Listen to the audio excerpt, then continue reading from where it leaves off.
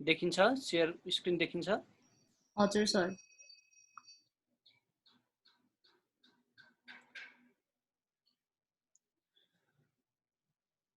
ल त्यसपछि अब हामी नेक्स्ट अब सुरु गरौँ तपाईहरुलाई केही क्वेशन छ do have any questions on phone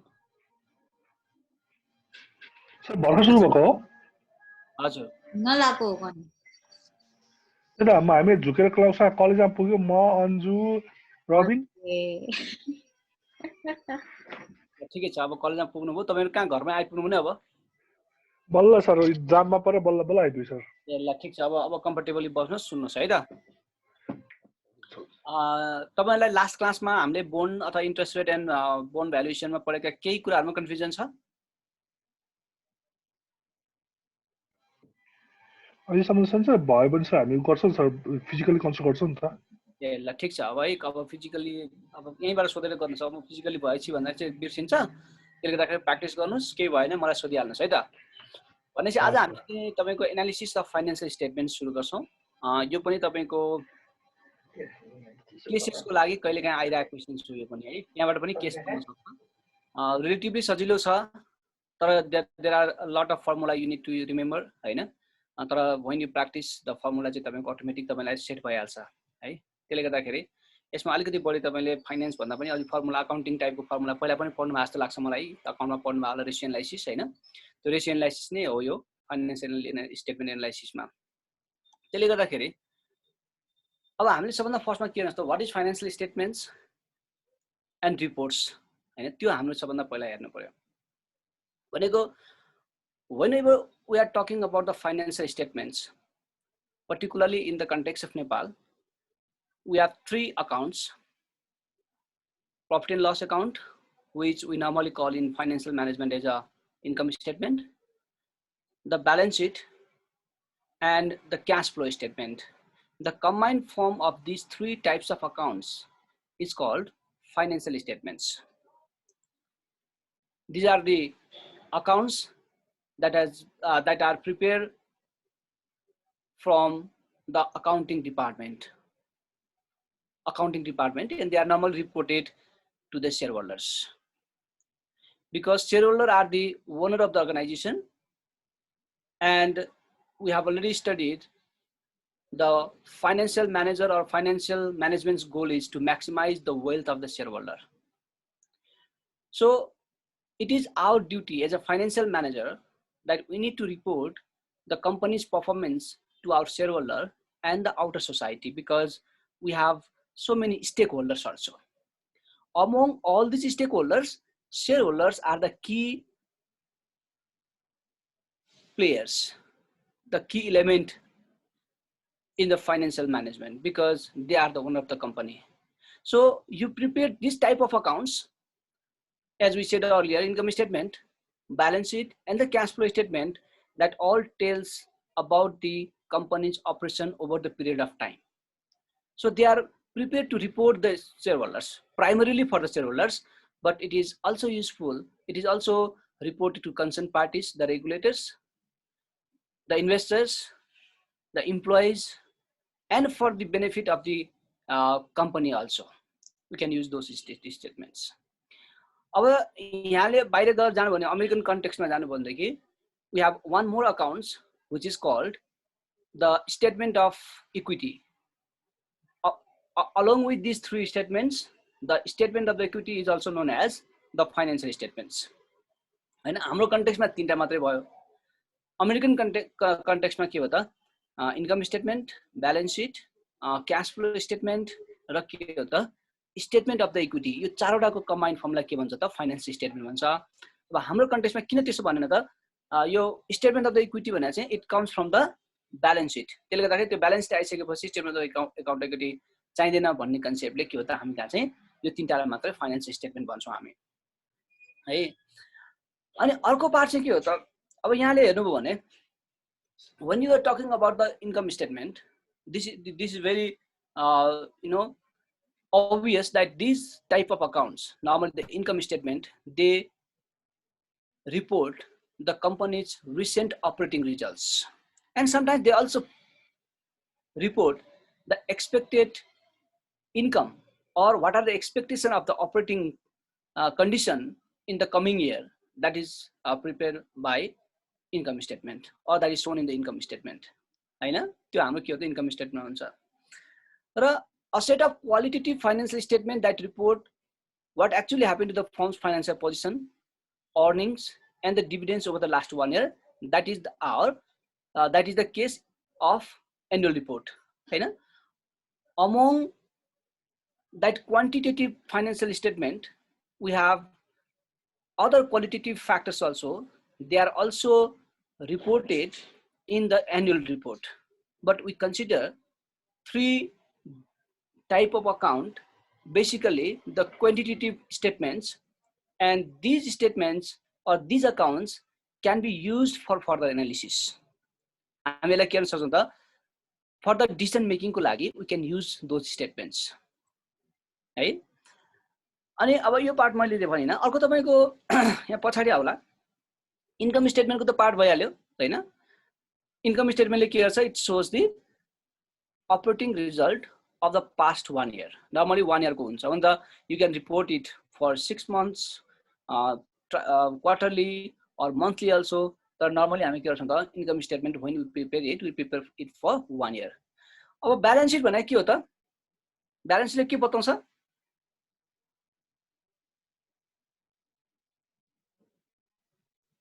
financial position. Balance sheet ले asset liabilities or financial assets and liabilities हैन. हजुर सर. कस्तो टाइम को देखाउँछ त्यसले, कुन टाइममा, time at the end of the year. हो Financial year के भनेको इन्कम स्टेटमेन्ट भनेको चाहिँ तपाईको it shows the operating result of certain period of time, and that period of time may be 1 year, quarterly, 6 monthly, half semi-annually, or monthly also. But in the case of income balance sheet, it shows the assets and liabilities and equity at particular point of time. At the end of the year, that is the assets and liability position of the company at particular point of time. If it is prepared on that particular, suppose on 31st December, it shows the financial position of that company on 31st December. For 1st January, it may change. भनेको त्यो जुन टाइममा छ त्यो टाइमको के गर्छ उले हाम्रो एसेट्स र लायबिलिटीज को पोजिसन बताउँछ भने. What about cash flow statement,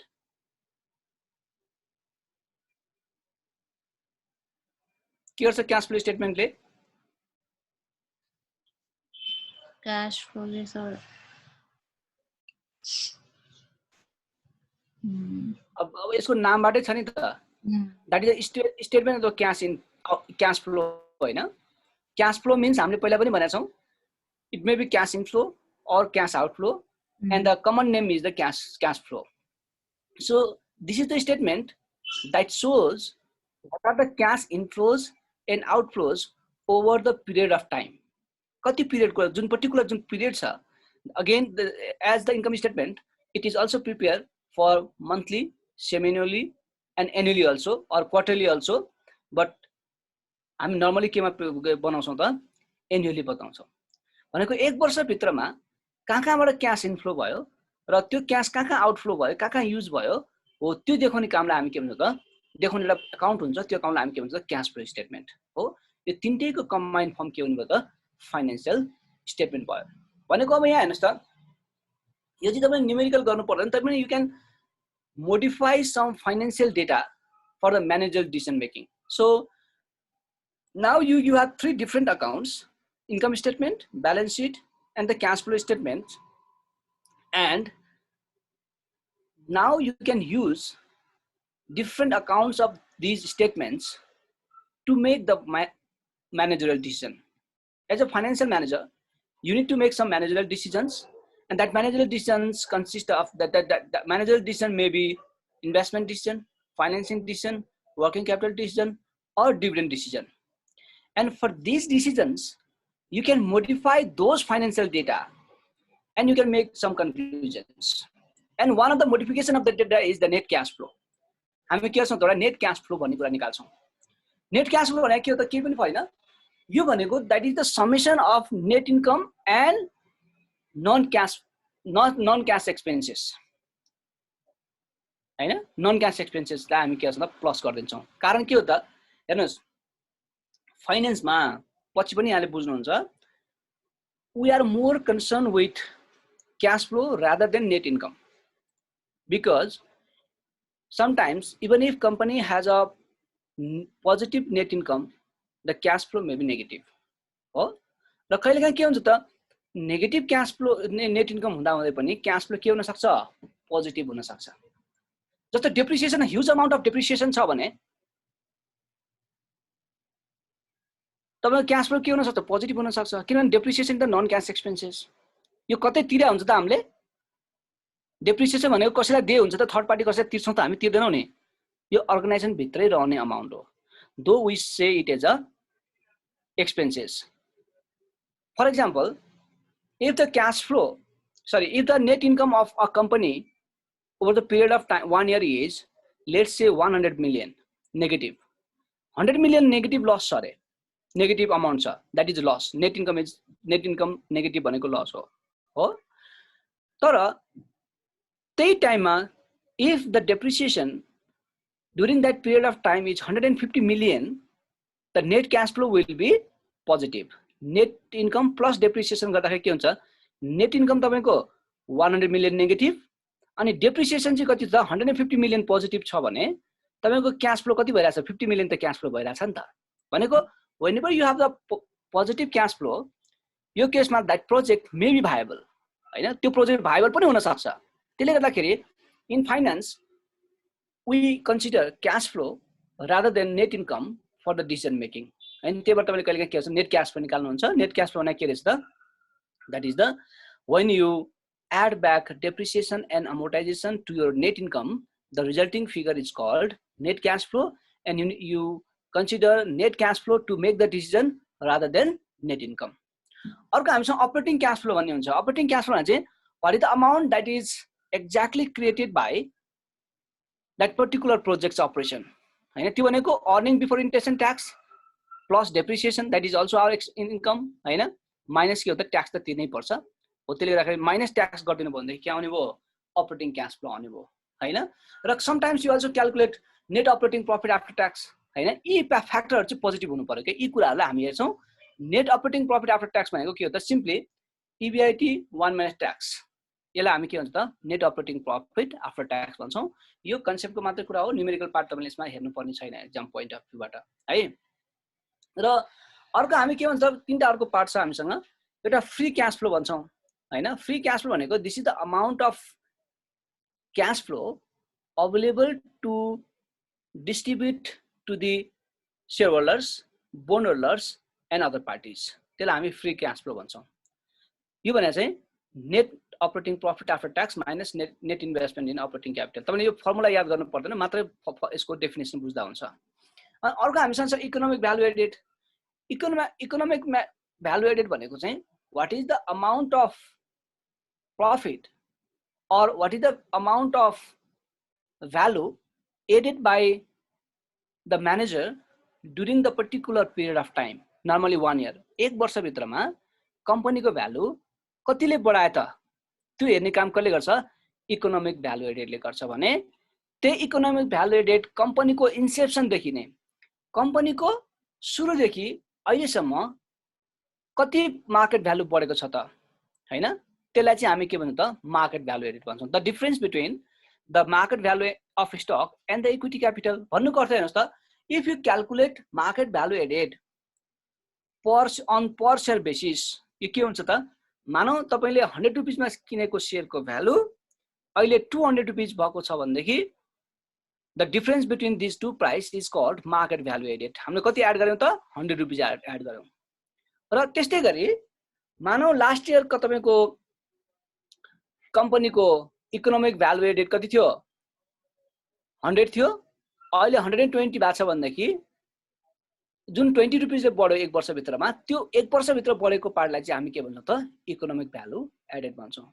त्यही भएर मार्केट भ्यालु एडेड भनेको के हो त this the cumulative value of economic value added during the inception of the company सुरुदेखि नै हेर्नु भन्दाखेरि त्यो मार्केट भ्यालु एडेड भयो, particular period of time point of टाइमको 1 वर्षको हेर्नु भन्दा के हो त इकोनोमिक भ्यालु एडेड भयो भनेको यसकै बेसमा हामी वी क्यान जज the managers, we can make the performance evaluation of the managers on the basis of economic value added. Economic value हजुर अपरेटिङ क्यापिटल भनेको अपरेटिङ क्यापिटल भनेको हजुर हाम्रो अपरेटिङ क्यापिटलमा चाहिँ तपाईं कति इन्भेस्टमेन्ट गर्नुभयो त हैन हजुर 1 भित्रमा तपाईको जुन अपरेटिङ क्यापिटल इन्भेस्टमेन्ट गर्नु भएको थियो प्लस अनि लास्ट तपाईको भएको फिक्स क्यापिटल कति छ, यो दुईटाको समेसनलाई हामी के भन्छौँ अपरेटिङ क्यापिटल भन्छौँ है। हाम्रो अपरेट गर्नको लागि तपाईले कति इन्भेस्टमेन्ट गर्नु भएको छ भन्ने कुरा त हो नि। लास्ट इयरको फिक्स एसेट्स अहिलेको फिक्स एसेट्स दुईटाको जुन डिफरेन्स हुन्छ त्यो भनेको तपाईले के गर्नु भएको त अपरेटिङ क्यापिटलमा इन्भेस्टमेन्ट गर्नु भएको हो। मानौ लास्ट इयर तपाईको 150 मिलियन थियो, अहिले 160 मिलियन भएको छ भनेदेखि अहिले तपाईले कति इन्भेस्टमेन्ट गर्नुभयो त 10 मिलियन गर्नुभयो हैन। यो हाम्रो के हो त अपरेटिङ क्यापिटल भयो है। यो नर्मली तपाईलाई दिएको हुन्छ यति क्यापिटल भनेर। अनि अहिले हामी एउटा एक्जाम्पल दिँदाखेरि पनि क्लियर हुन्छ, कुरो बुझ्नु हुन्छ नि हैन। Okay sir. ल अब यो चाहिँ हाम्रो नर्मली यी कुराहरू भयो जुन तपाईले थ्योरिटिकल रूपमा बुझ्ने पर्ने कुराहरू। अर्को चाहिँ हामी के छौं त अब फाइनान्शियल स्टेटमेन्ट एनालिसिस भनेको what is financial statement analysis भन्ने तपाईको पार्ट हुन सक्छ। हाम्रो फाइनान्शियल स्टेटमेन्ट एनालिसिस भनेको चाहिँ के हो त financial statement analysis is done to find out the strength and weakness of the company. कम्पनीको स्ट्रेन्थ र विकनेस फाइन्ड आउट गर्नको लागि हामी के गर्छौं त फाइनान्शियल स्टेटमेन्ट एनालिसिस गर्छौं। भनेको by analysing the different accounts of the financial statement we reach some conclusion. We say certain elements as a company's strength and certain element as a company's weakness, and that pointing out those strength and weakness is called financial statement analysis. And financial statement analysis is done by using different technique, and one of the important and widely used technique is the ratio analysis है। भनेको हामीले के गर्छौं त we try to calculate, we try to evaluate the relationship among different financial statement items, and that relationship is called the ratio. And ratio analysis is done to analyze the company's strength and weakness, which is called the financial statement analysis हैन। अब यो हामीले अघि भनिसक्यौं it is used to determine the firm's financial strength and weakness। कम्पनीको in terms of finance what is the strengths and what are the weaknesses, it is calculated by using the ratio analysis। हुन त हामीसँग अर्को vertical analysis भन्छौं हामी, horizontal analysis पनि different छ, त्यो हामी पछि हेर्छौं, यसमा छैन तपाईको पार्टमा छैन। तर सबभन्दा बढी वर्ल्डमा युज भएको अहिलेको पार्ट के हो त रेशियो एनालिसिस नै हो। हामी डिफरेन्ट रेशियोजहरु क्याल्कुलेसन गर्छौं हैन। अनि रेशियोजहरु चाहिँ के हो त they are expressed in the firms of proportion and percentage. कहिलेकाहीँ हामी के भन्छौं this is the suppose the ratio is 10%, suppose ratio is 20%, और समटाइम्स वी कल 2 टाइम्स हैन। कहिलेकाहीँ हामी के भन्छौं 2:1 यस्तो टाइपको के हुन्छ हाम्रो रेशियोको रेशियोलाई यसरी हामी एक्सप्रेस गर्छौं। र अर्को पार्ट तपाईले के गर्नुपर्छ त a single ratio cannot be interpreted हैन, किनभने एउटा मात्र रेशियोले हाम्रो थाहा हुन्न के राम्रो छ के नराम्रो छ भनेर। जस्तै तपाईको एउटा रिजल्ट आएर एक्जाममा तपाईले 4 आउट CGPA मा 3.5 ल्याउनु भयो एक जनाको, यसलाई राम्रो माने कि नराम्रो माने? यो राम्रो होला कि नराम्रो होला?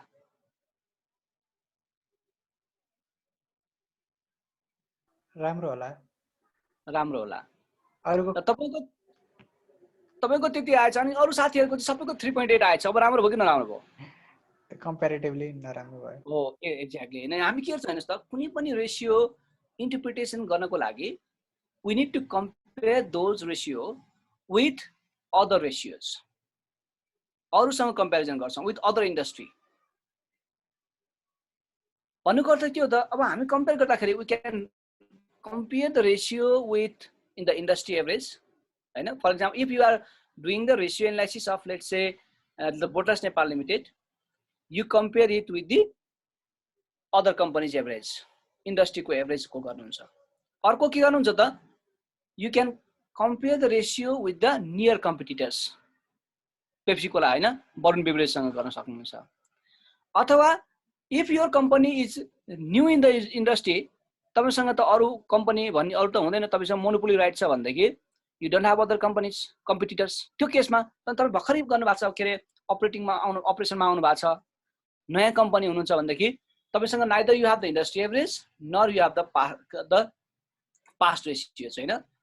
त्यो केसमा तपाई के गर्न सक्नुहुन्छ त, कहिलेकाहीँ स्ट्यान्डर्ड पनि मेन्टेन गर्न सक्नुहुन्छ. भनेको you set your one standard and you try to compare your standard with your actual performance. हैन, त्यसले गर्दाखेरि हामी के गर्छ त, सधैँभरि हामी रेशियो यसरी क्याल्कुलेसन हामी इन्टरप्रेट गर्छौं.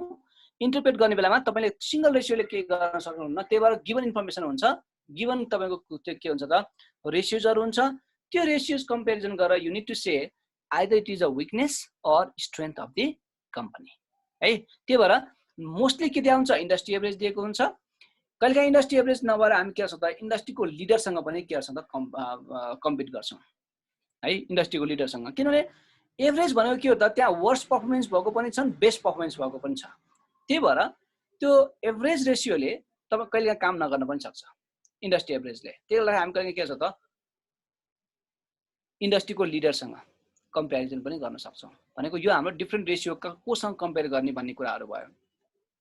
अब हामीले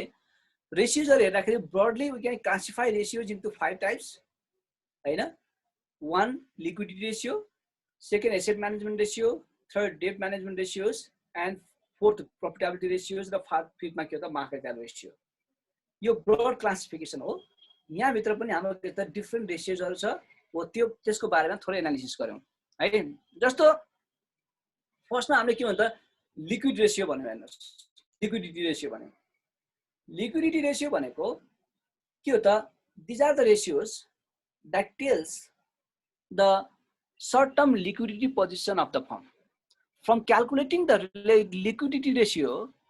we are predicting the company's liquidity position. Either the company has a very good liquidity position or the company has shortage in case of liquidity. त्यो चाहिँ केले बताउँछ त, लिक्विडिटी रेशियोले बताउँछ. अब यसमा हामी तीनटा नर्मल तीनटा रेशियो गर्छौं, क्याल्कुलेसन गर्छौं.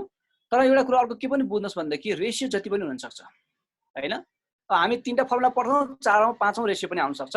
तर के दिएको हुन्छ त, फर्मुलामै ओइल दिएको हुन्छ सक्छ. जस्तो क्याश टु, अब हामी यहाँ त पढ्छौं, कहिलेकाहीँ के भन्छ, क्याश टु वर्किङ क्यापिटल भन्दैदेखि त्यो फर्मुला के हुन्छ, cash divided by working capital हुन्छ क्या हैन. त्यस्तो खालको रेशियो पनि दिएको हुन्छ. त्यो आयो भने सर यो नयाँ रेशियो आयो नभन्नु होला. सर्टेन टु सर्टेन भनेको छ भन्देखि त्यो अगाडि भनेको डिभाइड बाइ पछाडी भनेको हुन्छ. जस्तो क्याश टु वर्किङ क्यापिटल भनेको cash divide by working capital हो भनेको what is the proportion of cash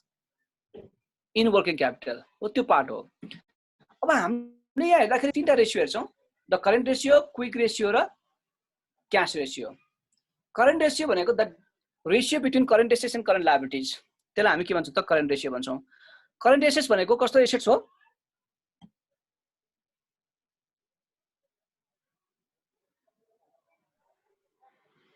ल भन्नु पर्यो एकजनाले चाँडै. मनिक, 1 वर्ष भित्रमा क्याशमा कन्भर्ट हुने एसेट्सहरुलाई हो भनेको सर्टेन थोरै समयमा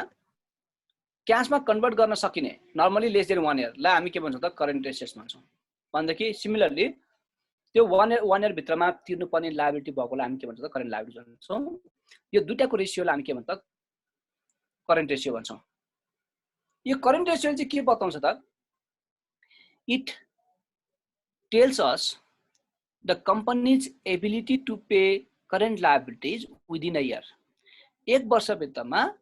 कम्पनीको करेन्ट लायबिलिटीज जुन तिर्न सक्ने जुन क्यापेसिटी छ त्यो कति छ भन्ने कुरा केले बताउँछ त, करेन्ट रेशियोले बताउँछ. र करेन्ट रेशियोको चाहिँ नर्मली एउटा स्ट्यान्डर्ड छ, त्यसलाई हामी के भन्छ 2:1. यो 2/1 आयो भनेदेखि त्यो इन्डस्ट्री के रे हाम्रो ठीक छ भन्ने कुरा मान्छौं. तर दैट इज एउटा के त थम्स अप रुल मात्रै हो क्या, के रे रुल अफ थम्स भन्छौं नि हामी, रुल अफ थम्ब मात्रै हो. अब यो कहिलेकाहीँ 3:1 हुँदाखेरि पनि राम्रो हुन सक्छ, कहिलेकाहीँ 5:1 हुँदाखेरि पनि नराम्रो हुन सक्छ हैन. त्यसले गर्दाखेरि के हो, तपाईले केही पनि दिएको छैन भने for the current ratio you can compare your result with the standard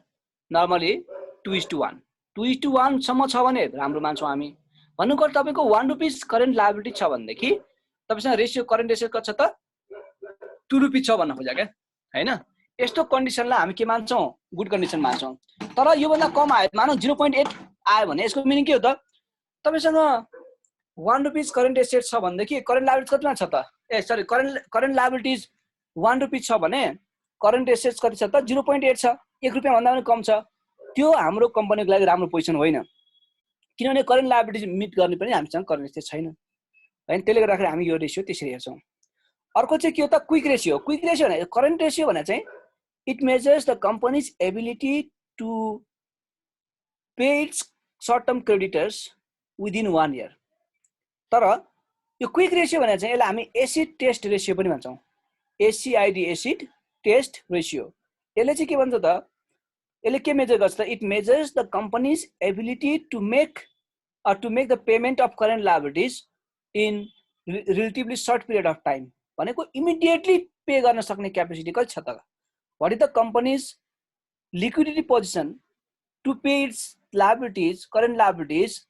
immediately. त्यो कुरा चाहिँ केले बताउँछ त क्विक रेशियोले बताउँछ। यहाँ हामीले के छ भने फर्मुलामा माथिकै फर्मुला हो जहाँ हामीले के राख्छ त current assets minus inventory divided current liabilities. यो करेन्ट एसेट्स माइनस इन्भेन्ट्री भनेको के हो त क्विक एसेट्स हो। हेर्नुस् क्विक एसेट्स भनेको करेन्ट एसेट्स भित्र के पर्छ हामीसँग क्याश पर्यो अकाउन्ट रिसिभेबल पर्छ इन्भेन्ट्री पर्छ हो प्लस सर्ट टर्म इन्भेस्टमेन्टहरु पर्छ हाम्रो हैन। यो पार्टहरु मध्ये we have inventory and that inventory sometimes never be sold। कहिले के हुन्छ यस्तो इन्भेन्ट्री हुन्छ त्यो कहिले पनि हामी बेच्नै सक्दैनौं भनेछ त्यो इन्भेन्ट्री हेरेर डिसिजन गरेर के फाइदा। त्यही भएर यो इन्भेन्ट्रीलाई हामी के गर्छौं त अब त्यहाँबाट घटाइदिन्छौं। त्यो पार्टलाई हामी के भन्छौं त क्विक एसेट्स भन्छौं। त्यही भएर क्विक रेशियोले के मेजर गर्छ त कम्पनीको तुरुन्तै करेन्ट लायबिलिटीज मिट गर्न सक्ने क्यापेसिटी कति छ त्यो चिजले बताउँछ त क्विक रेशियोले बताउँछ। र क्विक रेशियोको रुल अफ थम्स भने चाहिँ के हो त 1:1 हो। भनेको यदि कुनै कम्पनीको क्विक रेशियो 1:1 छ भनेदेखि हामी यसलाई के मान्छौं एक्सेप्टेबल मान्छौं। त्यो भन्नुको अर्थ के हो त 1 रुपीस करेन्ट लायबिलिटी छ भने उलाई तिर्न सक्ने क्यापेसिटी उसको करेन्ट एसेट त्यसलाई तिर्नको लागि त्यसको कुशन पनि कति छ त 1 छ भनेको रुपीस 1 नै छ। त्यसले गर्दाखेरि यसलाई हामी के मान्छौं त बेटर पोजिसन मान्छौं। अब अरु रेशियो तपाई जुनसुकै रेशियो निकाल्न सक्नुहुन्छ। For example cash ratio. Cash ratio भनेको what is the amount of proportion of your cash and marketable securities in relation to your current liabilities हैन। करेन्ट लायबिलिटी तिर्नको लागि कति क्याश चाहिँ कति छ त तुरुन्तै आजै तिर्न सक्ने लागि क्याश कति छ त त्यो पार्ट हो हैन। त्यसलाई चाहिँ हामीले के भन्छ क्याश रेशियो। यो क्याश रेशियोको चाहिँ कुनै उ छैन तपाईले कम्पेरिजन गर्नै पर्छ कुनै स्ट्यान्डर्ड छैन। हाम्रो टोटल रेशियो एनालाइसिसमा एउटा स्ट्यान्डर्ड भएको भनेको करेन्ट रेशियोको 2:1 र क्विक रेशियोको कति हो त 1:1 हो। अरु बाँकी सबै हामीले के गर्छौं त तपाईको कुनै एउटा स्ट्यान्डर्डसँग के गर्नुपर्ने हुन्छ कम्पेरिजन गर्नुपर्ने हुन्छ। जस्तो तपाईले केसँग कम्पेरिजन गर्नुहुन्छ त इन्डस्ट्री एभरेजसँग कम्पेरिजन गर्नुहुन्छ तपाईको इन्डस्ट्रीको लिडरसँग कम्पेरिजन गर्नुहुन्छ तपाईको पास्ट परफर्मेन्ससँग एनालिसिस कम्पेरिजन गर्नुहुन्छ तपाईको स्ट्यान्डर्डसँग के भन्छ प्री डिटरमिन स्ट्यान्डर्डसँग कम्पेरिजन गर्नुहुन्छ त्योसँग के गर्नुपर्छ त कम्पेरिजन गर्नुपर्ने हुन्छ है। सेकेन्डमा हामी हेर्छौं एसेट म्यानेजमेन्ट रेशियो। यहाँ हेर्नुस् त हामी के हेर्छौं भन्दाखेरि कम्पनीको धेरै एसेट्स भयो हुँदैमा राम्रो भन्ने हुन्न हेर्नुस् हैन। अभियसली राम्रो त हो धेरै एसेट्स हुँदाखेरि तर के हो त त्यो एसेट्सको युटिलाइजेसन कसरी भएको छ त हैन। भनेको asset management ratio it measures the efficiency of managers to use or to utilise their assets हैन। त्यही भएर हामी के पनि भन्छ त it is also known as the turnover ratio or performance ratio or utilization or efficiency ratio also। भन्नुको अर्थ हेर्नुस् त एउटा कम्पनी दुईटा कम्पनी छ एकछिन है तपाई याद गर्नु होला। मैले अब बोर्ड नभएको लागि के कुराहरुले कति तपाईलाई गाह्रो हुन सक्छ। मैले यहाँबाट लेखेँ फेरि त्यो पनि भएन आज मसँग ड्याशबोर्ड। सपोज तपाईको लागि के छ त दुईटा कम्पनी छ दुईटैको सेल्स 15 मिलियन छ सम्झिनुस्। कम्पनी ए र कम्पनी बी दुईटैको सेल कति छ त सेल्स चाहिँ और रेभेन्यू चाहिँ 15 मिलियन छ। अनि टोटल एसेट्स चाहिँ ए कम्पनीको 10 मिलियन छ कम्पनी बी को चाहिँ टोटल एसेट्स कति छ त 15 मिलियन छ हेर्नुस् है भनेको in terms of if you see the total assets of the company B has more total assets 50% more assets than company A. So if you see the total assets you may assume the company B is better because company B has 15 million assets whereas company A has only 10 million of assets. But now if you see the ratio, the sales revenue or sales or revenue generated by the company, A company has generated the 15 million sales or revenue and B company has also generated same amount of revenue. अब हेर्नुस् त्यही 15 million amount of sales generate गर्नको लागि company ले जम्मा 10 million को assets use गर्दछ भने company B ले कति गर्दछ त 15 million assets लगाइरा छ नि त हैन company B ले चाहिँ 15 million लगाइरा छ यसको मिनिङ के हो त company B less efficient छ किनभनेदेखि same amount of sales use generate गर्नको लागि उले के गरेछ बढी क्यापिटल उले युज गरिरहेछ बढी एसेट्स युज गरिरहेछ अ कम्पनी एले के गर्न सक्छ त अब 10 मिलियन मा 15 मिलियन सेल्स जेनेरेट गरिदिसकेको छ भने बाँकी जुन 5 मिलियन एसेट्स छ उले त समर एल्स युज गर्न सक्छ नि त हैन त्यसले गर्दाखेरि हामी के गर्छ त हो यस्तो खालको रेशियो हामी यहाँ हेर्छौं र कम्पनीको परफर्मेन्स के छ कसो छ हामी यहाँबाट भन्न सक्छौं र यसमा हामीले हेर्ने पार्ट के हो त फर्स्टमा हामी के हेर्छौं इन्भेन्टरी टर्नओभर रेशियो यो इन्भेन्टरी टर्नओभर रेशियो भनेको तपाईले देख्नु भएको छ formula sales divide by inventory or cost of goods sold divided by average inventory है यहाँ हेर्नुस् मैले दुईटा राखेको छु यहाँ sales or cost of goods sold divided by inventory or average inventory भनेको छौं त्यही भएर तपाईले के गर्नुस् त सेल्स फिगर मात्रै छ भने इन्भेन्टरी राख्नुस् क्लोजिङ इन्भेन्टरी हो यो सेल्स पनि तपाईको sales divide by closing inventory यदि तपाईलाई कस्ट अफ गुड्स सोल्ड थाहा छ भने हामी के गर्छौं त एभरेज इन्भेन्टरी युज गर्छौं एभरेज इन्भेन्टरी भनेको opening inventory plus closing inventory divide by 2 हो भनेको यो इन्भेन्टरी टर्नओभर रेशियोले के बताउँछ त एक वर्षमा तपाईले how many times you turn over your inventory तपाई इन्भेन्टरी किन्ने र त्यसलाई फिनिश गुड्समा चेन्ज गर्ने कति पल्ट गर्नुभयो त वर्षमा त्यसले त्यो बताउने काम कसले गर्छ इन्भेन्टरी टर्नओभर रेशियोले गर्छ जति बढी तपाईले टर्नओभर गर्नु भएको छ त्यति नै राम्रो भयो अब मानौ दुईटा कम्पनी दिएछ एउटाको इन्भेन्टरी टर्नओभर रेशियो 5 टाइम्स छ अर्कोको रेशियो चाहिँ 6 टाइम्स छ भनेदेखि कुन राम्रो भयो त त्यो 6 टाइम भएको राम्रो हो उले के गर्छ त the second company has been able to turn over its inventory 6 times whereas the company A has been able to turn its inventory only by 5 times. So company B is taken as the more efficient in terms of asset management. हो यो कुरा हामी हेर्छौं त्यही भएर तपाईले फर्मुलाहरु चाहिँ याद गर्नु होला यस्तै गरी हामीसँग अरु सबैको यसै गरी हुन्छ हेर्नुस् इन्टरप्रिटेसन पनि सेम हुन्छ जति हाई भयो त्यति राम्रो अब फिक्स एसेट टर्नओभर भन्ने बित्तिकै केमा हुन्छ त सेल्समा हुन्छ हेर्नुस् त्यही भएर टर्नओभर भन्ने बित्तिकै के सम्झिनुस् त सेल्स डिभाइड बाइ जे को टर्नओभर भनेको छ त्यही राख्दिनुस् अघि इन्भेन्टरी टर्नओभर थियो sales divide by inventory fix asset turnover sales divide by fix assets हैन नेट फिक्स एसेट्स भनेको डिप्रिसिएसन घटाएको amount uh total assets turnover भन्नु भने के हुने भयो total sales divide by total assets अनि रिसिभेबल टर्नओभर भन्नु भने sales divide by account receivable जेमा भनेको छ त्यसलाई के गर्नुस् त सेल्सलाई त्यसले डिभाइड गर्दिनुस् र आन्सर सबै केमा आउने भयो टाइम्समा आउने भयो 2 टाइम्स 3 टाइम्स 4 टाइम्स 5 टाइम्स कति हुन्छ त्यो टाइम्समा आउँछ र अर्को एउटा इम्पोर्टेन्ट पार्ट के छ त डेज सेल्स आउटस्ट्यान्डिङ जसलाई हामी एभरेज कलेक्सन पिरियड पनि भन्छौं है डीएसओ भने चाहिँ के हो त this is the length of time between the credit sales and collection of the account receivable तपाईले क्रेडिट सेल्स गरिसकेपछि त्यो क्रेडिट सेल्सबाट के जेनेरेट हुन्छ अकाउन्ट रिसिभेबल जेनेरेट हुन्छ नि हो त्यो कलेक्सन गर्ने पिरियड सम्मको टाइमलाई हामी के भन्छ डेज सेल्स आउटस्ट्यान्डिङ भन्नुको अर्थ how many days your sales is outstanding त्यसलाई हामी के भन्छ डीएसओ भन्छौं त्यसलाई हामी के पनि भन्छ त एभरेज कलेक्सन पिरियड पनि भन्छौं त्यसलाई हामी एभरेज कलेक्सन पिरियड पनि भन्छौं यो चाहिँ जति थोरै भयो त्यति राम्रो हेर्नुस् किनभनेदेखि कलेक्सन त जति चाँडो गर्न सक्यो त्यति राम्रो हो नि त है कुनै एउटा कम्पनीको मानौ ए भन्ने कम्पनी छ उसको चाहिँ 20 डेज छ एभरेज कलेक्सन पिरियड डीएसओ अनि अर्को एउटा कम्पनी छ उसको चाहिँ के छ त 32 डेज छ भने कुन कम्पनी राम्रो भयो त 20 डेज भएको राम्रो भयो हैन किनभनेदेखि त्यो कम्पनीले त कतिमा सेल्स गरे पछाडी 20 दिनमै क्याश कलेक्सन गरेछ भने अर्कोले चाहिँ के गरेछ त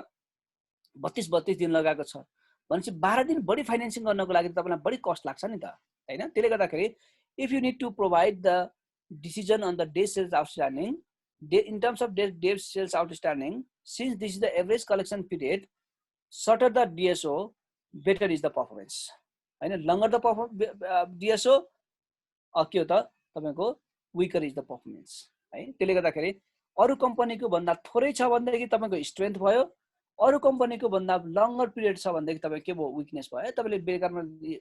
उधारो दिइरहनु भएको छ उधारमा बेचिरहनु भएको छ भन्ने कुरा यसले बताउँछ है यहाँसम्म के छ भन्नुस् त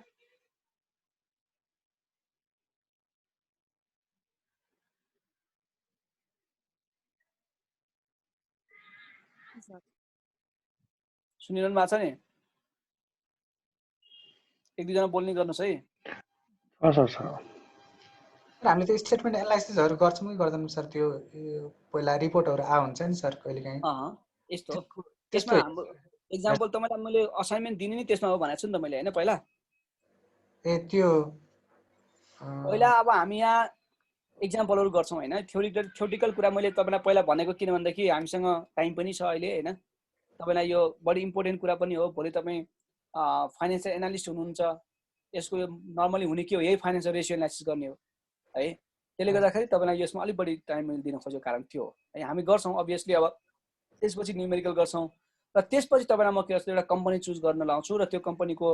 फाइनान्शियल स्टेटमेन्ट एनालिसिस तपाई गर्नुहुन्छ र त्यसको बेसमा त्यो कम्पनीको शेयर बेच्ने हो कि किन्ने हो तपाईले डिसिजन गर्ने त्यो त बाँकी नै छ है म गरिहाल्छु यो त यहाँलाई मैले बेसिक कुराहरु गरिरहेको छु ठीक छ फर्मुला त पढ्नु पर्यो नि त हैन र त्यसको सँगसँगै उसको अर्को हामीसँग छ डेट म्यानेजमेन्ट रेशियो हेर्नुस् अब यो कम्पनीमा नर्मली के गरे हुन्छ त assets are finance through either the डेब्ट अर द इक्विटी हैन कि त डेब्टले फाइनान्सिङ गरे हुन्छ कि त इक्विटीले फाइनान्स गरे हुन्छ हेर्नुस् अब डेटमा पनि कुनै के हुन्छ सर्ट टर्म डेब्ट युज गरे हुन्छ कुनै लङ टर्म डेब्ट युज गरे हुन्छ सर्ट टर्म भनेको लेस देन 1 इयर को लागि लङ टर्म डेब्ट भनेको मोर देन 1 इयर को लागि अब हेर्नुस् whenever you use certain amount of debt to finance your asset expansion, then it is also known as the leverage. That means the company is using the leverage.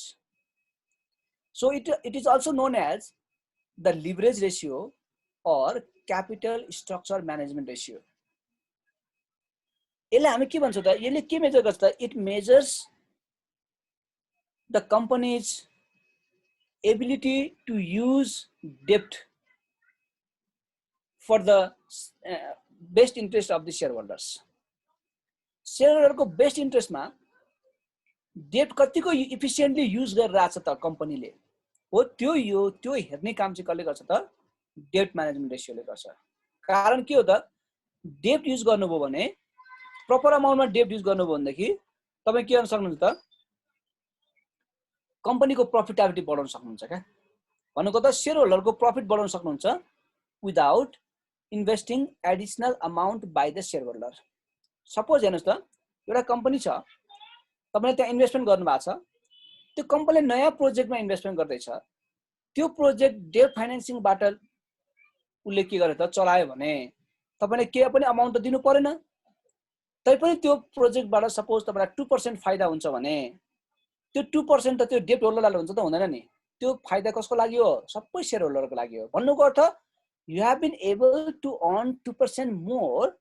because of the company's decision to use the debt financing. You are using not additional capital, you are not using additional capital and still you have been able to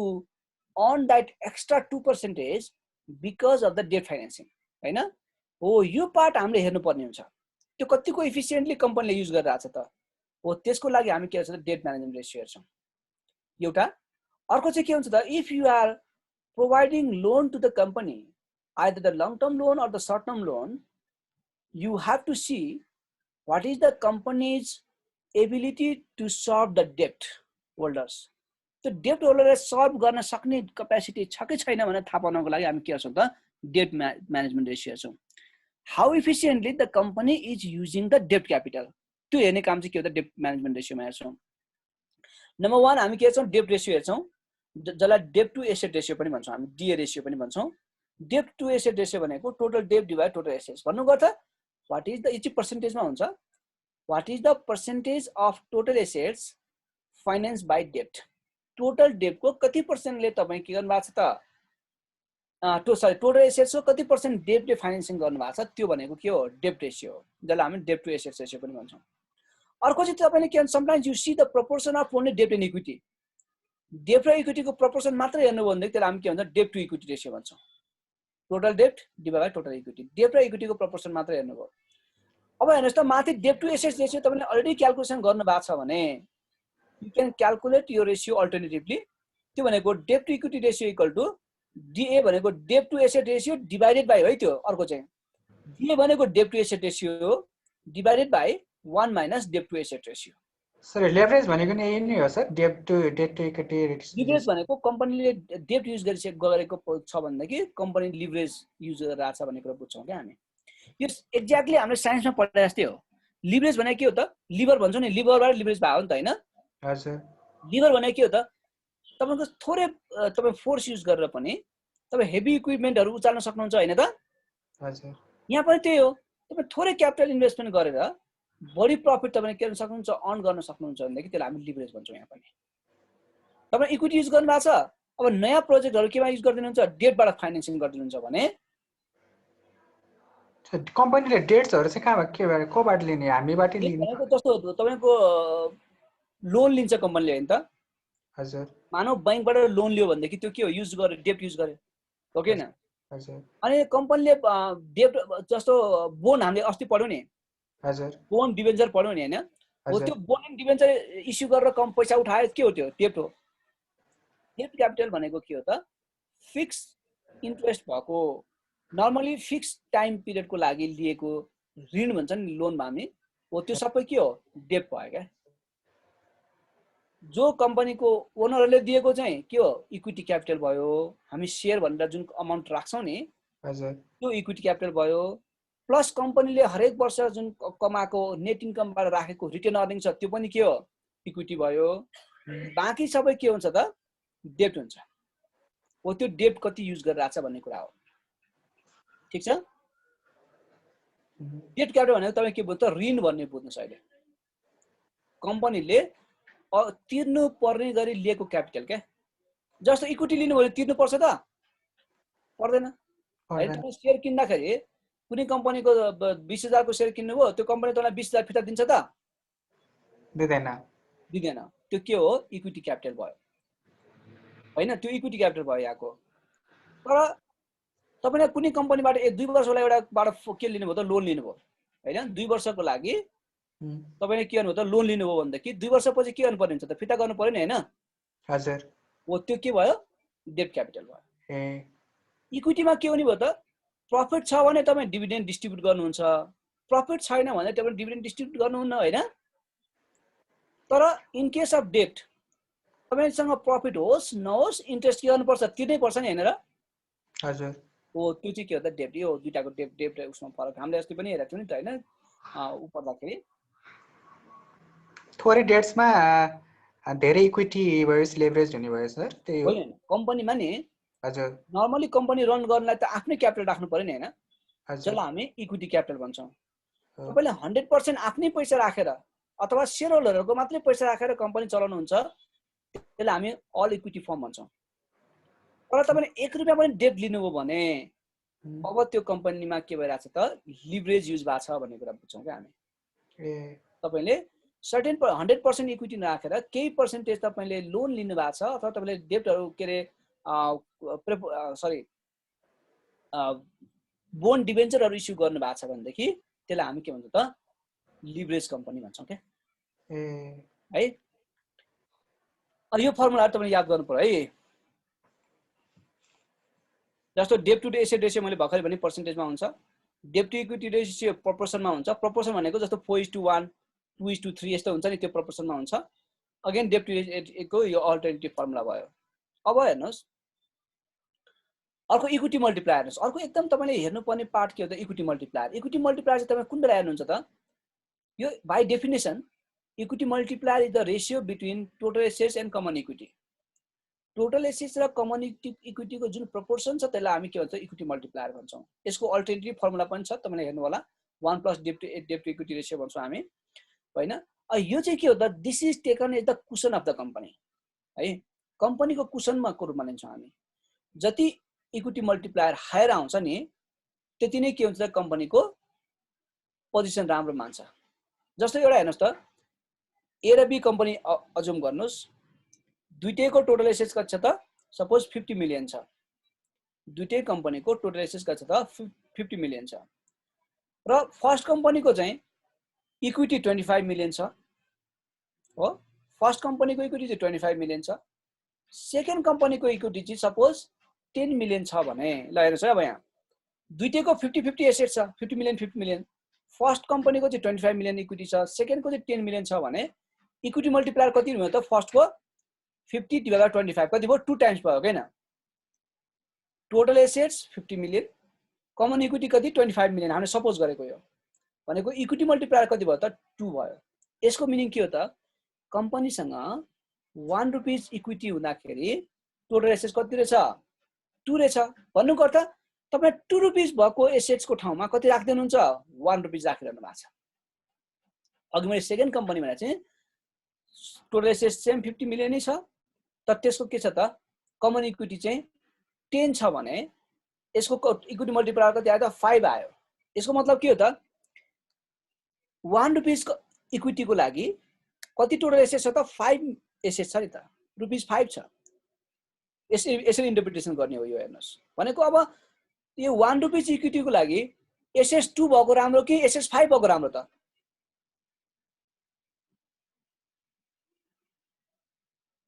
कुन राम्रो हो 5 भएको राम्रो नि sir हो। त्यही भएर यो इक्विटी मल्टिप्लायर हामी के भन्छ जति धेरै भयो त्यति राम्रो हो के है। यो कुरा तपाईले एकपल्ट त्यो बुकमा पनि हेर्नु होला। अर्को चाहिँ हामी के भन्छौँ टाइम इन्ट्रेस्ट अन रेशियो हेर्छौँ जसलाई हामी इन्ट्रेस्ट कभरेज रेशियो पनि भन्छ है। तपाईले त्यहाँ याद गर्नु होला interest coverage ratio. Interest coverage ratio भनेको त this is the ratio between earning before interest and tax and interest charge भनेको कम्पनीले इन्ट्रेस्ट तिर्न सक्ने क्यापेसिटी कतिको छ भन्ने कुरा के देखाउँछ त टाइम इन्ट्रेस्ट अन टाई रेशियोले देखाउँछ। यो पनि जति धेरै भयो त्यति राम्रो हो। जस्तै एउटा एक्जाम्पल हेर्नुस् कुनै एउटा कम्पनीको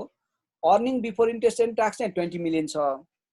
इन्ट्रेस्ट चाहिँ 5 मिलियन छ भनेदेखि टाई रेशियो कति भयो त 20 डिभाइड बाइ 5 गर्दाखेरि कति भयो 4 टाइम्स भयो। यसको मतलब के हो त कम्पनीले अहिलेसम्म भएको जति इन्ट्रेस्ट छ त्यसको 4 टाइम्ससँग इन्ट्रेस्ट के गर्न सक्छ उसले सल्भ गर्न सक्छ। अझै कम्पनीसँग भएको जति डेब्ट छ त्यसको 4 टाइम्स बढी के गर्न सक्छ डेब्ट अझै पनि युज गर्न सक्छ भन्ने कुरा बताउँछ यसले। त्यसले गर्दाखेरि यो टाइम इन्ट्रेस्ट अन रेशियो चाहिँ के हुन्छ जति धेरै भयो त्यति नै राम्रो हुन्छ। त्यो स्ट्रेन्थ हो, जति कम भयो त्यो के विकनेस हो। त्यही भएर तपाईले के हुन्छ त भोलि कम्प्यारिजन गर्दाखेरि तपाईले एउटा क्याल्कुलेसन गर्नुभयो तपाईँ कम्पनीको इन्डस्ट्रीको बढी आयो तपाईको विकनेस भयो, इन्डस्ट्रीको कम छ तपाईको के हो त स्ट्रेन्थ भयो है। अनि तपाईलाई भोलि कहिले के भनिन्छ त तपाईले कहीँबाट यो नर्मली अब एक्जाममा त्यसरी भन्दैन हैन। भोलि तपाईले चाहिँ एमटी हरुको एक्जाम दिँदाखेरि अनि के भन्छ भन्दाखेरि तपाई एउटा कुनै मानव ब्रिक फ्याक्ट्रीको लागि क्लिन हुन्छ हैन, क्लिन उसमा ब्रिक फ्याक्ट्रीको लागि तपाई के भन्छ लोन दिदै हुनुहुन्छ त्योले इन्ट्रेस्ट टाइममा तिर्न सक्छ कि सक्दैन सक्दैन भन्दा कुन रेशियो क्याल्कुलेसन गर्नुहुन्छ भन्न भन्यो भने हामी के क्याल्कुलेसन गर्ने त त्यो टाइम इन्ट्रेस्ट अन गर्ने। यहाँ तपाईको टाइम इन्ट्रेस्ट अन रेशियो के आयो त लेस देन 1 आयो भनेदेखि त कम्पनी त लास्ट वर्स्ट कन्डिसनमा छ। किन भन्दाखेरि उसको इबिआइटी इन्ट्रेस्ट तिर्न सक्ने जति अमाउन्ट पनि अर्निङ छैन बिफोर इन्ट्रेस्ट एन्ड ट्याक्स भनेदेखि त्यो कम्पनी त राम्रो भएन। जति धेरै भयो त्यति नै राम्रो भयो क्या है। त्यो रूपमा तपाईले यसलाई हेर्नु होला। अर्को चाहिँ हामी के छ त प्रफिटेबिलिटी। अभियसली हामी हेर्छौँ कम्पनीको तपाईं यदि तपाईं शेयर होल्डर हुनुभयो भनेदेखि तपाईं if you are considering to purchase the share of the company you have to look different ratios among them you need to see the different profitability ratios भनेको अब हामीले जुन अगाडि तीनटा रेशियो पढाएको थियौं यसको कम्बाइन इफेक्ट देखाउने काम केले गर्छ प्रफिटेबिलिटी रेशियोले गर्छ। त्यही भएर profitability ratio it measures the profit position of the firm for given period of time हैन। त्यो टाइम भित्रमा सपोज 1 इयर भित्रमा कम्पनीको प्रफिटेबिलिटी कस्तो रह्यो। Or you can also say the profitability ratio it measures the combine effect of former 3 ratios. हामीले पहिला जुन तीनटा रेशियो हेर्यौं त्यसको कम्बाइन इफेक्ट देखाउने काम केले गर्छ प्रफिटेबिलिटी रेशियो गर्छ। भन्नुको त it shows the combine effect of your liquidity policy, your asset management policy and your डेब्ट पोलिसी। यो तीनटैको कम्बाइन इफेक्ट देखाउने काम केले गर्छ त प्रफिटेबिलिटी रेशियोले गर्छ। अब प्रफिटेबिलिटी भन्ने बित्तिकै के हो जति धेरै भयो त्यति राम्रो भयो। तपाईलाई यो कुरा त भन्नै पर्दैन प्रफिटेबिलिटीको पार्टमा हैन। भनेको यसमा हामी सबभन्दा फर्स्टमा के हेर्छौँ त नेट प्रफिट मार्जिन हेर्छौँ नेट प्रफिट मार्जिन भनेको by definition it is clear net income divided by sales हो अब हेर्नुहोस् त अघि हामीले टर्नओभर भन्ने बित्तिकै न्युमेटरमा के थियो हाम्रो सेल्स थियो भने अब मार्जिन भन्ने बित्तिकै डिनोमिनेटरमा के हुन्छ सेल्स हुन्छ क्या हैन नेट प्रफिट मार्जिन भने मार्जिन के हो त net income divided by sales gross profit margin फेरि मार्जिन भने के हो त gross profit divided by sales अनि अपरेटिङ प्रफिट मार्जिन भनेको अपरेटिङ प्रफिट हामी भनेको हामी के हो त EBIT लाई हामी अपरेटिङ प्रफिट भन्छौँ त्यही भएर EBIT डिभाइडेड बाइ सेल्स अब अरु मार्जिन जे भन्छ के गर्नुस् त त्यो डिभाइड बाइ सेल्स गरिदिनुस् यो पर्सेन्टेजमा आन्सर आउँछ जति धेरै भयो त्यति राम्रो भयो है अनि अर्को त्यसको लागि हजुर त्यसको लागि सेल्स कम हुनु पर्यो हैन होइन कहाँ सेल्स कम भन्ने त कुरै हुन्न नि जब तपाईको हेर्नुस् त ए सेल्स त जति धेरै भयो त्यति राम्रो हो नि त तर के हो नेट इन्कम पनि सेल्स सँगसँगै नेट इन्कम पनि बढ्नु पर्यो हैन सेल्स नेट इन्कम भन्दा सेल्स कम भएपछि अनि त्यो त तपाईले एकदम तपाईँ राइट एनालिसिस गर्दै हुनुहुन्छ कहिलेकाहीँ के हुन्छ भने तपाईको नेट इन्कम कम छ भनेदेखि कम सेल्सबाट नेट इन्कम हुनु पर्यो क्या हैन हजुर सर हो त्यो कुराहरू हामी फर्दर एनालिसिस गर्छौँ पछि तपाईले हेर्दाखेरि अब एनालिसिस तपाईले भोलि कुनै स्ट्रेन्थ आयो विकनेस आयो भने विकनेस किन आयो त भन्दाखेरि तपाईको नेट इन्कम कहिलेकाहीँ के भइदिन्छ कम भइदिन्छ कहिले नेट इन्कम बढी भइदिन्छ हैन हो त्यो कुराहरू एनालिसिस गर्नुपर्ने ठिक हो तपाईले भनेको कुरो तर नर्मली हामी त्यो हेर्दैनौँ कि बढी के हुनु पर्छ सेल्स अब सेम लेभल अफ सेल्स हुँदाखेरि मानौ तपाईको कसैको 3% छ भने कसैको 4% छ हुन्छ हैन अभियसली 4% भएको राम्रो किन भन्दाखेरि तपाईँ जति सेल्स गर्नुभयो त्यसको 4% प्रफिट मार्जिन छ भनेको अर्को कम्पनीको छ 2% मात्र छ भने हेर्नुस् त जति सेल्स गर्छ त्यसले 2% मात्र इन्कममा कन्भर्ट गरिरहेको छ भनेदेखि अभियसली त्यसको बिचमा बढी खर्च भइरहेको होला नि त कहाँ बढी खर्च भएको छ त्यहाँ हेर्नु पर्यो कि अब त्यसरी हो यो त्यही भएर हामी सेल्स घटाउने कुरा हैन कि बिचमा हाम्रो सेल्स र तपाईको नेट इन्कमको बिचमा जे एक्सपेन्सहरू छ त्यहाँ हामी कहाँ केही कमी चुक्यौँ कि हामी हैन हामीले बढी इन्ट्रेस्ट युज गर्यौँ कि हामीले बढी उधारोमा टाइम दियौँ कि ती कुराहरू हामीले जुन अगाडि हेरेका छौँ ती कुराहरू हामी यसमा हेर्छौँ कि अब तपाईको ठ्याक्कै यो स्ट्रेन्थ र विकनेस पत्ता लागिसकेपछि स्ट्रेन्थ छ भने कहाँनिर छ विकनेस छ भने त खोज्नु पर्यो नि केमा विकनेस छ हो त्यो पार्ट चाहिँ अब हामी त्यस पछाडि गर्छौँ रेसियो क्याल्कुलेसन गरिसकेपछि त्यसपछि हामी हेर्छौँ है gross profit margin profit operating profit margin सबै के हो त्यही अनुसारले हामीले कुरा गर्छौँ त्यो टाइम्स 100 हुन्छ र पर्सेन्टेजमा आन्सर आउँछ अनि यो पनि त्यही सेम कुरा हो बेसिक अर्निङ पावर भनेको रिटर्न अन एसेट्स के अरे अर्को हामी रिटर्न अन एसेट्स हेर्छौँ बेसिक अर्निङ पावर भने चाहिँ रिटर्न अन एसेट्स जस्तै हो तर रिटर्नमा हामी के गर्छौँ त in terms of EBIT basic earning भनेको के हो त EBIT हो नि त हैन बेसिक अर्निङ भनेको सधैँभरि के हो EBIT हो त्यही भएर the ratio between EBIT and total एसेट्सलाई हामी के भन्छौँ बेसिक अर्निङ पावर भन्छौँ यो पनि धेरै भएको राम्रो अब ROE को त कुरै छोडौँ हामी म्यानेजमेन्ट नपढे पनि थाहा छ ROE भनेको return on assets net income divide total assets ROE भनेको रिटर्न अन इक्विटी त्यो भनेको net income divide common equity हो र कमन इक्विटी भनेको अघि पनि मैले कुरा गरेँ that is the summation of common stock additional paid in capital जसलाई हामी पेड इन क्यापिटल मात्र पनि भन्छौँ यसलाई सेयर प्रिमियम भन्छौँ हामी प्लस के हो त रिटेन अर्निङ्सहरू छ यो कम्बाइन्ड फर्मलाई चाहिँ हामी के भन्छौँ त कमन इक्विटी भन्छौँ है यो these ratios are very very important easy to calculate but still you need to explain these ratios cautiously हैन किन भन्दाखेरि तपाई ROE कमायो अब के हो त यो विकनेस भनेर मात्र हुन्न किन कमायो त ROE माथि हाम्रो कुन पोलिसीमा फरक परेछ हामी बढी इक्विटी युज गरिरहेका छौँ अरूको तुलनामा बढी इक्विटी छ कि हामी त हैन अथवा हामी डेट बढी युज गरिरहेका छौँ कि यी कुराहरू तपाईले हेर्नु पर्ने हुन्छ र अर्को चाहिँ के हो त ultimately when we do the operation within the company, our company's reputation is normally judged in the market. हामी मार्केटमा नै जज गरे हुन्छ भनेको अब यो रेशियोले चाहिँ के गर्छ त these ratios are normally related to firm's stock price to earning, cash flow and book value per share है यसले के बताउँछ त it measures the outsiders perceptions towards the company's operation हाम्रो जुन अपरेटिङ रिजल्ट आइरहेछ त्यसको आउटसाइडरले कसरी पर्सिभ गरिरहेछ त हो त्यो पर्सेप्सनलाई के जनाउँछ त मार्केट भ्यालु रेशियोले चलाउँछ है मार्केट भ्यालु रेशियोले जहाँ हामी नर्मली के हेर्छौँ त दुईटा रेशियो हेर्छौँ एउटा price earning ratio price earning भनेको what is the ratio between price per share divide by earning per share MPS and EPS दुईटाको बिचको रेशियोलाई हामी के भन्छौँ त P रेशियो भन्छौँ अर्को market price divide by book value per share हैन हामीसँग बुक भ्यालु पर शेयर हुन्छ बुक भ्यालु भनेको अघि हामीले कमन इक्विटी भनेको थियो नि त्यो कमन इक्विटीलाई नम्बर अफ सेयरले डिभाइड गर्दा भने के आउँछ बुक भ्यालु पर सेयर आउँछ हेर्नुस् हो त्यो दुईटाको डिफरेन्स के छ डिभिडेन्ड पे आउट रेशियो के छ अर्निङको कति % डिभिडेन्ड दिइराछ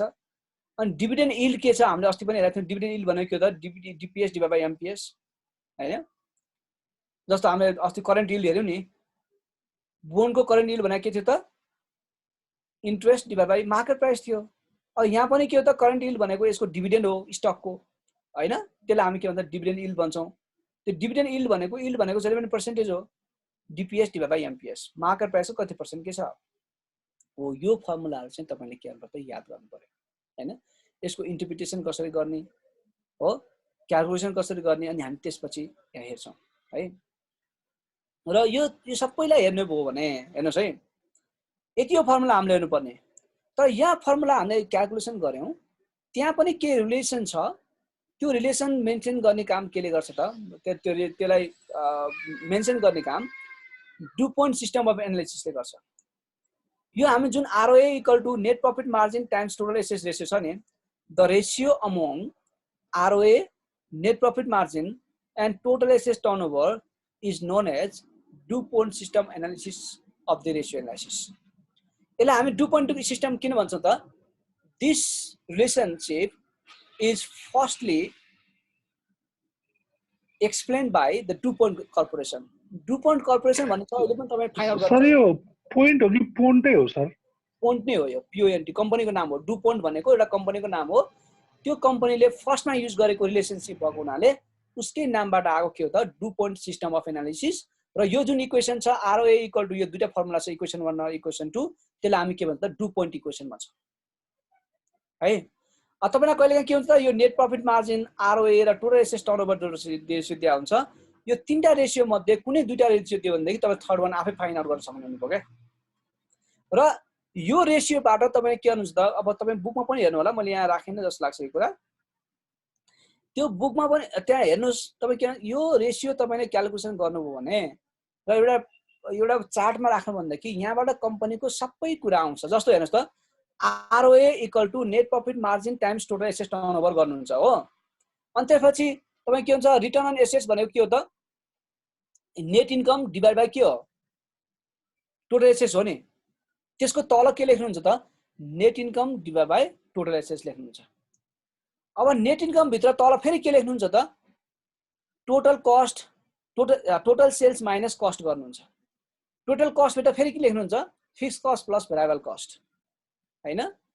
त्यसैगरी अब एसेट्स भित्र लेख्नुहुन्छ यता एसेट्स छ नि एसेट्स भित्र fix assets plus current assets भनेको के हो त यो इक्वेसनलाई तपाईले कम्प्लिट लेख्नुभयो भने जति पनि तपाईको अपरेसन छ त्यो सबै एक पेजमा निस्किन्छ हो त्यो युज गरेको थियो कसले डुपोन्ट कम्पनीले त्यसकै बेसलाई हामी के भन्छ त डुपोन्ट सिस्टम अफ एनालिसिस भन्छौं एकपल्ट बुकमा हेर्नुस् यसको बारेमा हामी फर्दर अलिकति कुराकानी पछि गरौँला त्यो देखाउने काम त्यो डेमोन्स्ट्रेसन म गर्दिन तपाईलाई त्यो एउटा जुन फिगरको मैले भर्खर भनेको छु त्यसको डेमोन्स्ट्रेसन गरौँला म तपाईले पनि एकपल्ट हेरेर आउनु भनेले सजिलो हुन्छ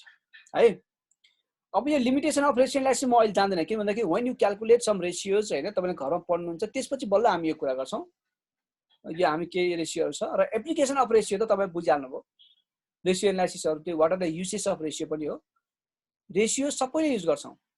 द कम्पनी आफैले युज गर्छ म्यानेज त्यो कम्पनीका म्यानेजर्सहरुले युज गर्छ त्यहाँको इक्विटी इन्भेस्टर्सहरुले युज गर्छ क्रेडिटरहरुले युज गर्छ हैन अनि स्टक एनालिस्टहरुले युज गर्छ यी सबैले के छ रेशियो युज गर्छ उनीहरुको आफ्नो आफ्नो पर्पस हुन्छ रेशियोको लागि मैले अघि भन्दै म्यानेजर्सले थाहा पाउनु पर्यो म्यानेजरले किन रेशियो क्याल्कुलेसन गर्छ त